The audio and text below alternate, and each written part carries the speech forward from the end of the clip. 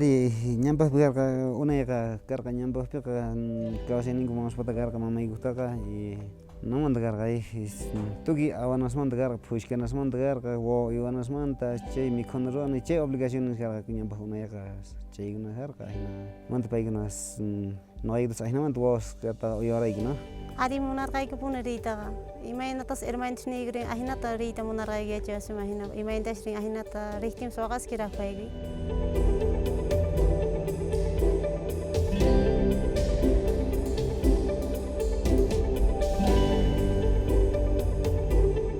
The region of the Sintis is found to the south of Bolivia. Deep valleys and abrupt canyons make up this wide expanse of territory, located at altitudes of between 2,000 and 3,500 meters. Some 110,000 people of Quechua origin live here, scattered into small Indian communities at the mercy of very infrequent public transport services, normally without running water, electricity, or even proper production technologies. Thousands of families still till the soil and raise livestock like their predecessors did hundreds of years ago. Men and women work hard to provide for their families and promote community development. However, the rights of some are vastly different to those of others. Women here have traditionally been relegated to a second-best position. Generation after generation, their families chose to educate their male children and make the girls stay home. Women could neither exercise their right to vote in community assemblies nor hold positions of responsibility within the same. Here, women are clearly victims of gender-related violence. In order to change the situation, ZABALKETA, a Basque NGO, has been collaborating with the Bolivian NGO Centro Association. For more than 12 years now, they've been working to promote equality in different areas, such as education and other social, political and economic fields. In 2012, they started another stage in this process. This time it was targeted at 28 rural communities comprising approximately 10,500 people. The program, financed by the Basque Agency for Development and Cooperation, is based mainly on 3 different lines of work. The first of these consists of training women so they can participate in rural agricultural syndicates and municipal government, which are the bodies that establish the steps to be taken by the communities in the future. Si logramos de que la mujer pueda reconocer sus capacidades y tal vez demostrar a los demás que sí puede, ¿no?, desenvolverse, que sí puede asumir un cargo, va a poder ocupar los cargos que le corresponden, ¿no?, reclamar los derechos que tiene en la comunidad. These training workshops teach women how to prepare and present budgets at syndicate assemblies and everything else they might need to manage their own organizations. Training also prepares women to be leaders in their communities so they can launch successful economic initiatives. Yo he sugerido diciendo que nos daría un montito para las mujeres para poder tener un proyecto, ¿no? Entonces las compañeras han sugerido no decir, compraremos las máquinas y aprenderemos a costurar las blusas. Y después que hemos completado de las blusas, hemos entrado con la costura de polleras. Y después durante de eso hemos concluido y otros 3 meses hemos aprendido las mantas de hacer macramé para tener recursos en nuestras familias.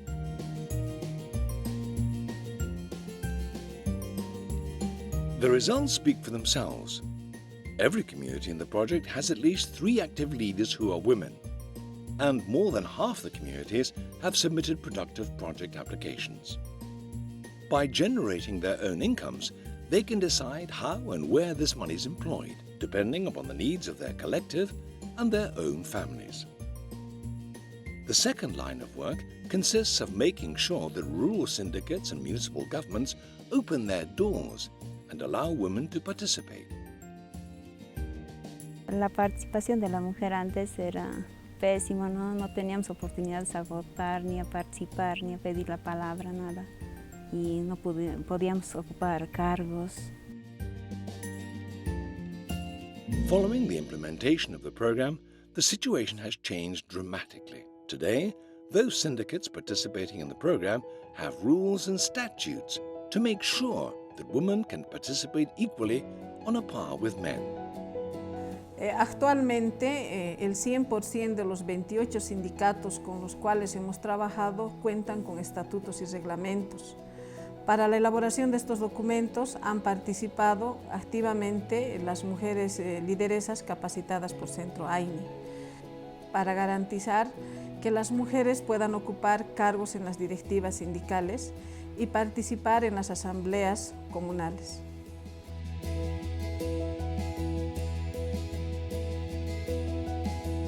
Positive results have also been achieved with municipal governments. The organic charters of 3 municipalities now contemplate the principle of gender equity, in addition to which the Commission for Gender Equity has been set up. These organic charters are the norms that govern the functioning of executive and legislative bodies at municipal government level. Likewise, institutions declared responsible for eradicating violence against women and the underaged work together in coordination to prevent this from happening and provide assistance wherever necessary.